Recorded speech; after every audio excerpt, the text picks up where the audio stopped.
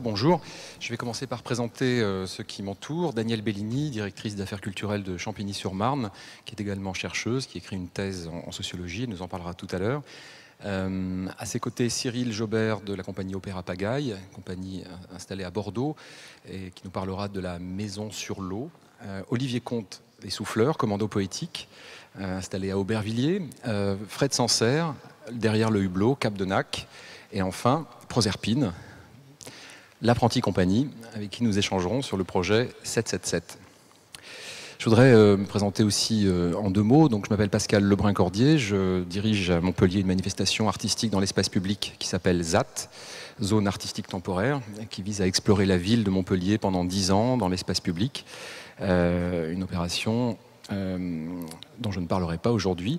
Et parallèlement, donc, je dirige le master projet culturel dans l'espace public à l'université Paris 1 Panthéon-Sorbonne, master créé en 2005. Nous formons chaque année une vingtaine d'étudiants, un master 2 professionnel qui acquièrent des compétences et des connaissances en matière de conception, production, de projets artistiques et culturels dans l'espace public entendu au sens large, à la fois l'extérieur, les lieux non conventionnels, mais aussi l'espace public au sens symbolique, c'est-à-dire la société, les projets art et société, les projets qui se greffent sur le réel, sur l'ordinaire urbain et qui introduisent du poétique dans ces contextes.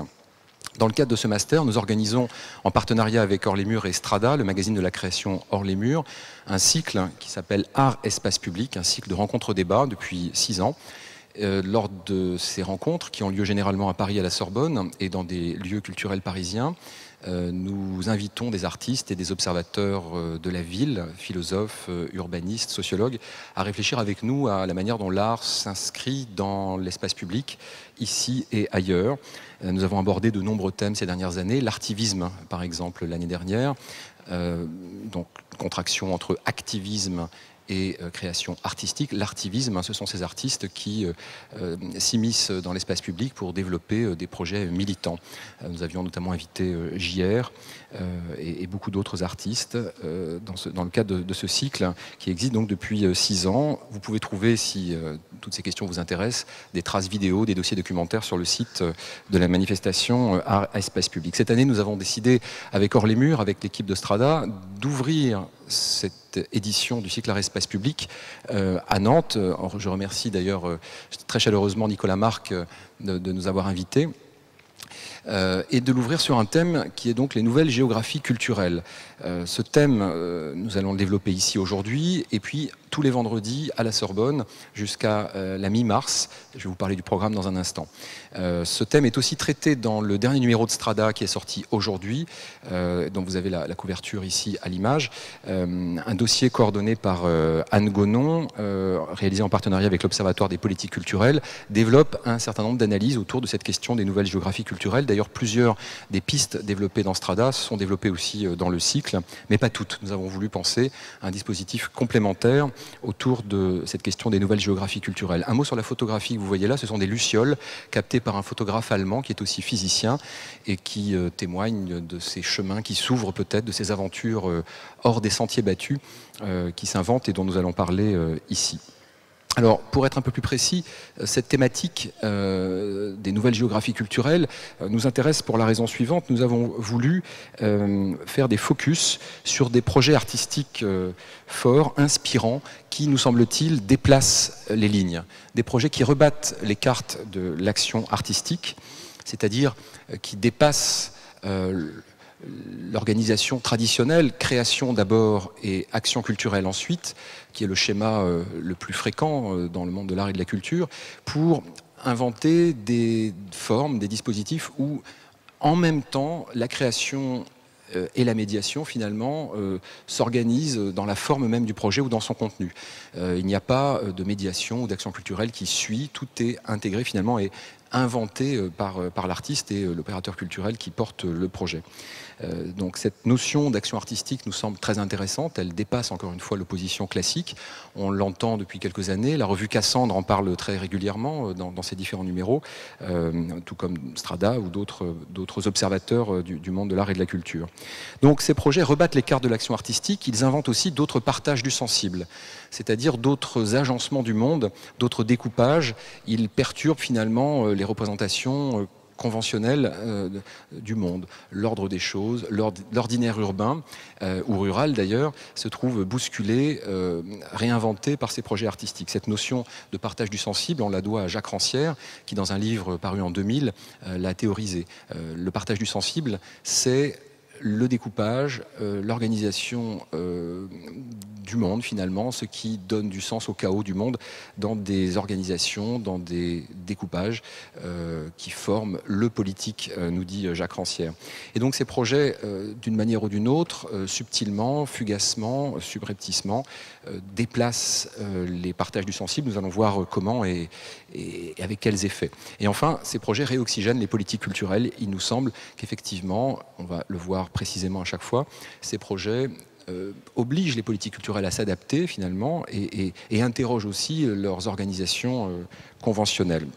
Cette rencontre, nous l'organisons dans un contexte très précis et je voulais, dans cette introduction rapide, évoquer justement ce qui s'est passé il y a 10 ans à Marseille. Vous y étiez peut-être, c'était le grand colloque international sur les nouveaux territoires de l'art à la Friche de la Belle de Mai. C'était en avril 2002.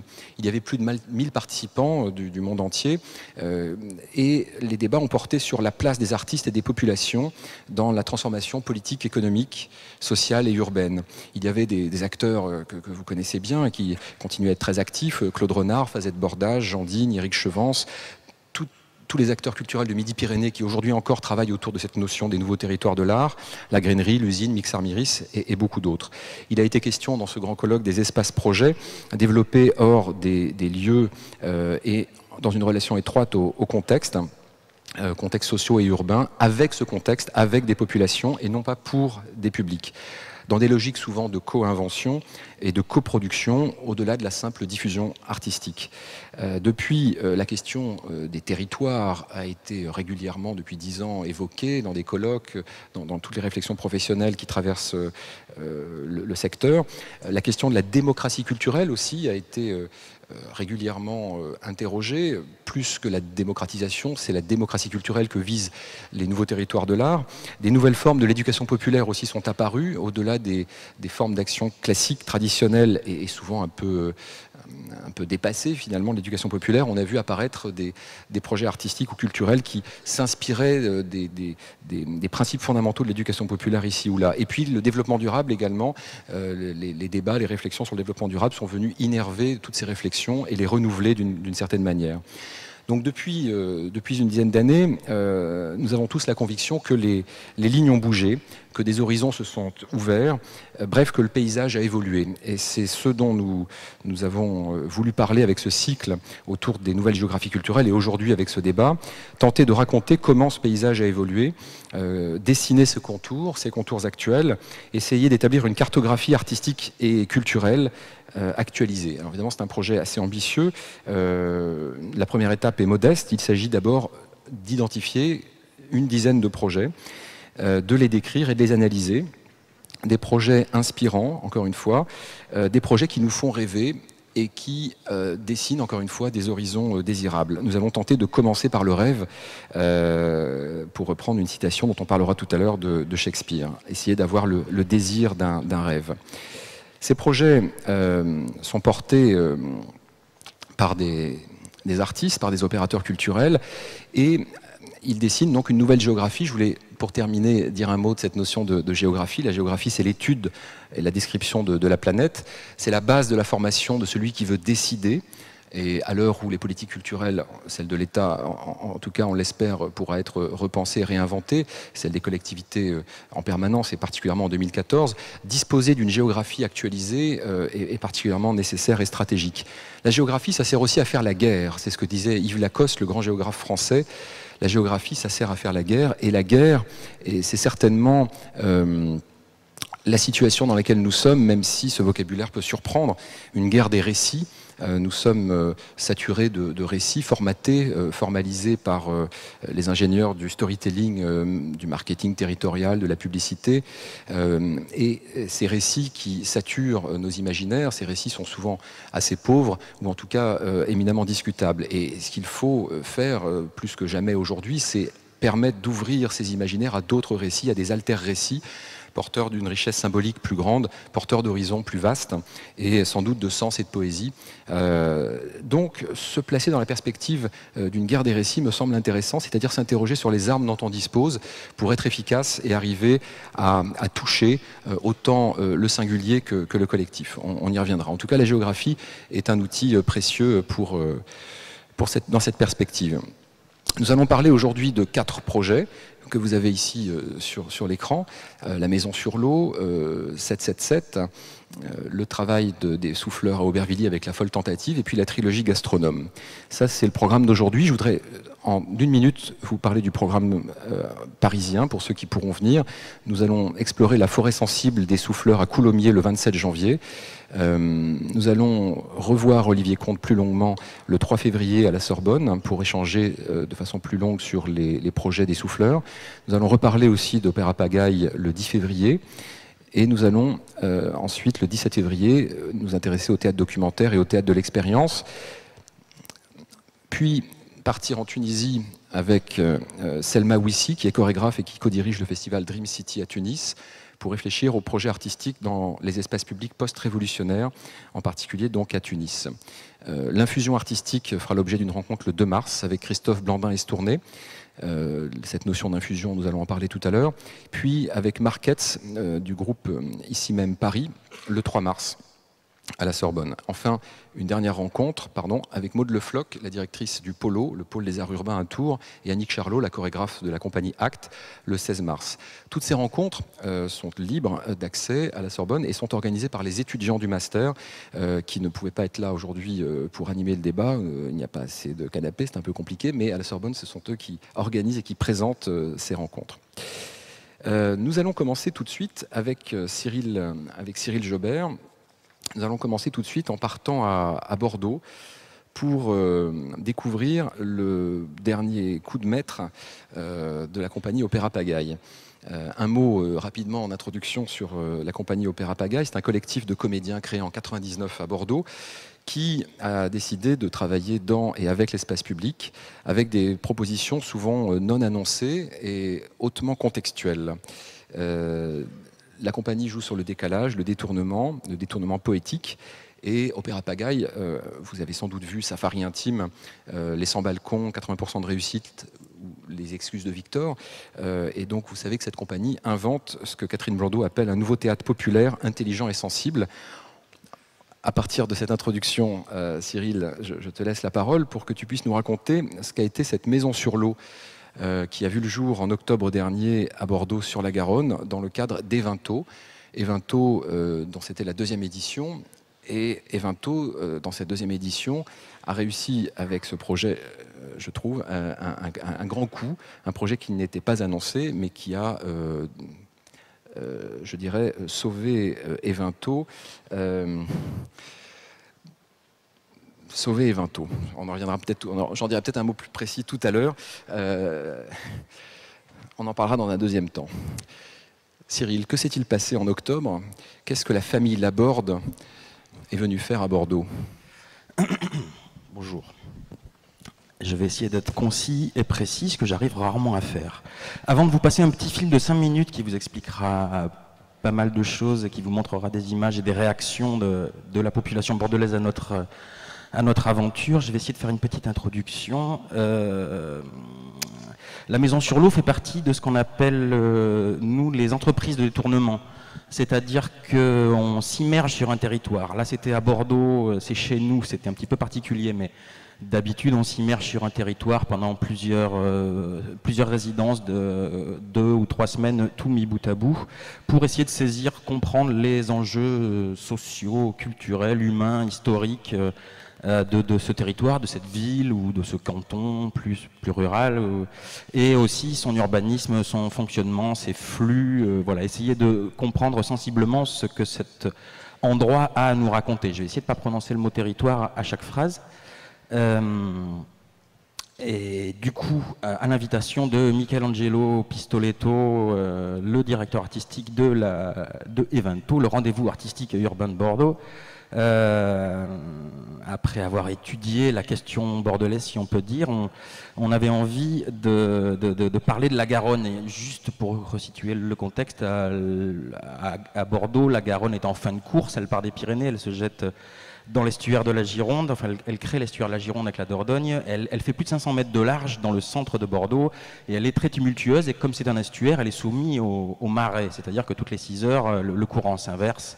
Elle est très dangereuse, elle est sale, elle est boueuse, et alors que la Garonne est l'histoire de la ville, on va dire que Bordeaux doit tout à la Garonne quelque part, à la fois sa richesse, sa culture, voilà, je vais faire court, mais on peut dire ça comme ça. Bordeaux doit tout à la Garonne, son histoire la plus glorieuse comme la plus triste, pour évoquer l'esclavage et le commerce triangulaire.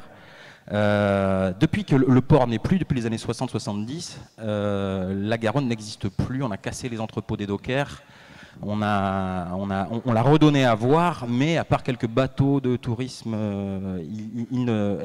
elle ne vit plus, et on va s'y promener, il y a des promenades qui ont été créées, on la regarde, mais elle existe, elle a plus de sens, je dirais, bien qu'elle en ait deux. Du coup, on a voulu s'intéresser à la Garonne et la mettre en scène pour la révéler. On essaye, à travers nos entreprises détournement, d'introduire de la fiction dans la réalité pour la décaler, la donner à voir, interpeller la population et par le biais d'interventions non annoncées, de pouvoir toucher tout le monde. On n'invite pas les gens à venir, ça se passe au cœur de la ville et personne n'y échappe, je dirais. Du coup, on a voulu raconter cette histoire de cette famille, la famille Laborde, qui avait habité à la campagne, qui cherchait la meilleure qualité de vie, qui avait habité à la campagne, c'est ce qu'on racontait, et donc était heureuse d'être en pleine nature, au cœur des éléments, mais qui passait son temps dans sa voiture pour revenir en ville et puis voilà, amener les enfants aux activités, etc. Ils avaient habité en ville, mais ils subissaient les nuisances sonores, les embouteillages, etc. Tu ris hein, parce que j'ai du mal à faire court. Et donc voilà, ils cherchaient un juste milieu entre la pleine nature et le plein centre-ville, être près de toutes les commodités. Et ils ont décidé de pas trouver de juste milieu, mais de prendre les deux et d'habiter en plein cœur de la ville, au milieu de la Garonne, sur une île flottante, dans une maison sur l'eau, pour pouvoir à la fois être au cœur des éléments naturels, en pleine nature. La Garonne à cet endroit-là, c'est la pleine nature, et en même temps à 2 minutes du tramway en bateau et en plein cœur de la ville. Et là, on regarde des images. Top chrono. Il n'est pas de très bonne qualité, le son n'est pas extraordinaire, c'est un bout à bout. Hein, ne soyez pas surpris, c'est pas un montage définitif.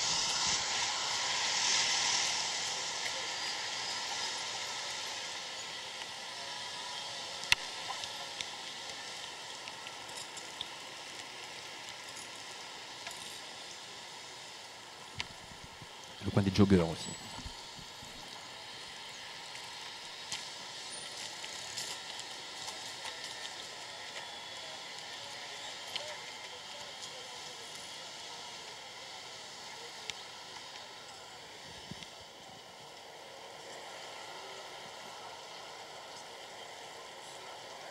Ça a été la surprise parce qu'en nous promenant sur les quais, là, nous avons vu ça. On se disait, mais c'est pas possible, on rêve ou quoi? Franchement, j'ai fait des photos, je l'ai envoyé à des amis, mais faut qu'ils viennent voir ça, quoi. C'est un truc, faut le voir pour le voir, quoi. Ils ont pas l'air bien sur leur truc.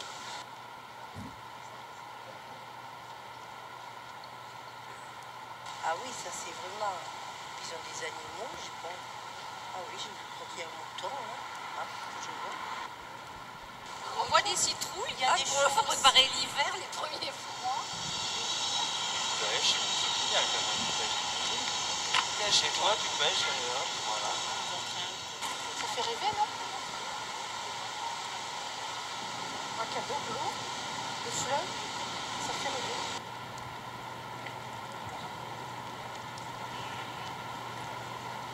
C'est paisible, je trouve. Donc eux, ils doivent être super zen quoi là-bas. Parce que rien que les regarder, ça apaise. Eh oui. Bien trouvé ça. Nous sommes de retour sur la Garonne, en amont du pont de Pierre, où une maison flottante a fait son apparition ce matin. Elle est habitée par une famille qui a décidé de vivre ici. La petite maison dans la prairie version aquatique. Une apparition aussi soudaine que surprenante ce matin sur la Garonne. À bord de cette ferme flottante, la famille l'aborde. Avec papa, on aspirait plutôt de vivre à la campagne, du moins loin de tout, hein, au calme. Et puis Christelle et Ferdinand. Ferdinand, c'est notre fils. Oui. Eux préféraient vivre près des commodités, plutôt centre-ville.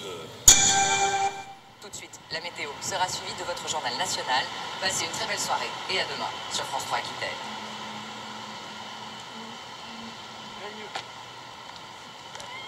C'est pas des gens excentriques, c'est pas des gens atypiques, des gens... Vous voyez ce que je veux dire? C'est qu'ils sont pas très à part de nous, ils sont comme nous, sauf qu'ils ont osé faire le pas de vivre différemment de nous et en se mélangeant avec nous. Je sais pas encore, là je viens de découvrir le truc, je sais pas encore. Ça doit être agréable de vivre sur le coucher de soleil, la lune, la poésie en plus. Et puis c'est bien d'occuper finalement le fleuve de cette façon, surtout qu'il n'y a pas de soucis écologiques. Donc je trouve ça vraiment super. On n'est plus un port ici à Bordeaux et s'il y a moyen de redonner vie au fleuve comme ça, pourquoi pas. Ouais. Pour les deux ponts, qu'il y en ait 2 ou 3 maximum, et plus. Est-ce que c'est un moyen à éviter la surpopulation? Pourquoi pas? À mon avis, non. C'est une façon intelligente d'utiliser les ressources qui sont dans la nature. Et on peut faire ça sur la terre ferme. Enfin, moi, je serais plus tranquille sur la terre ferme. Si j'étais plus jeune, je crois que je ferais ça. Pour moi c'est encore un rêve de bobo. Non, moi je trouve que c'est fantastique. C'est génial, pourquoi pas, ça peut être l'avenir. Le faire passer comme sur le panneau là pour une solution, ça me gêne un peu. C'est un début. Ils montrent l'exemple, ils montrent un chemin. Ils proposent. Au moins, eux, ils essayent, ils proposent. On ira peut-être trouver ce qui nous intrigue comme épaisseur de terre, etc. pour faire pousser les plantes. Ça nous interpelle au point de vue technique. Et il me tarde, puisqu'on peut aller la visiter, voir un peu, parler avec les gens qui ont eu cette belle idée. Hein. C'est formidable.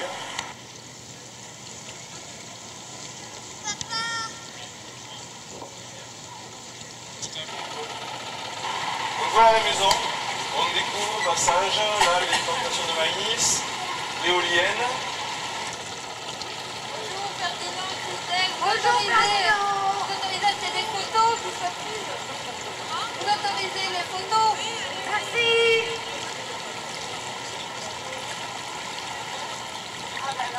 Alors c'est comment Ferdinand la vie? C'est comment la vie? Super. Oh, tu m'étonnes. Alors, bonjour Lucien. Bonjour. Mais c'est un rêve que vous vivez. Ici, donc oui. Alors,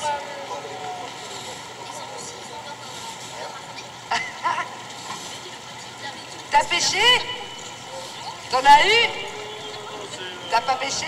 Alors ça touche beaucoup. Surtout les bois, je pense. Hein, pas mal de bois. Et sinon, voilà, il y a beaucoup de courant. Alors bon, on essaie de faire avec, suivre le courant. Là, je suis à la ligne. Et après, j'attends l'étale là, qui va arriver vers 18h45. 18h45, l'étale, c'est entre les deux marées. Marée basse, marée haute. Il y a un moment de calme. Là, je peux pêcher avec le carnet. Merci beaucoup. Merci. Vous verrez d'ici quelques années, ça c'est un modèle. Hein. Vous verrez là, ça va faire tache d'huile, moi je vous le dis. Ça va faire, il y en aura tous les 50 mètres. Quand je reviendrai voir d'ici 2 siècles, je verrai un petit village là de maisons comme ça. Enfin, il en faudra des péniches pour loger tout le monde, parce qu'on est quand même très nombreux. Oui. Si on doit mettre tous les HLM sur les péniches, on n'y arrivera jamais. Il faudra beaucoup de péniches. C'est vrai que moi, ça me plaît. Je crois que ça, c'est un tout petit peu étonnant. Ça a été la surprise le premier soir, le premier matin, là, quand je passais avec le tram. C'était une barge que les gens avaient aménagée. J'ai trouvé ça original et tous les matins, je regarde en passant la lumière et bon voilà, c'est devenu pas une habitude, mais ça fait partie du paysage maintenant. Vous voyez pas, vous, vivre comme ça? Je crois que c'est pas le plus difficile. Hein. C'est un rêve, mais il faut rêver.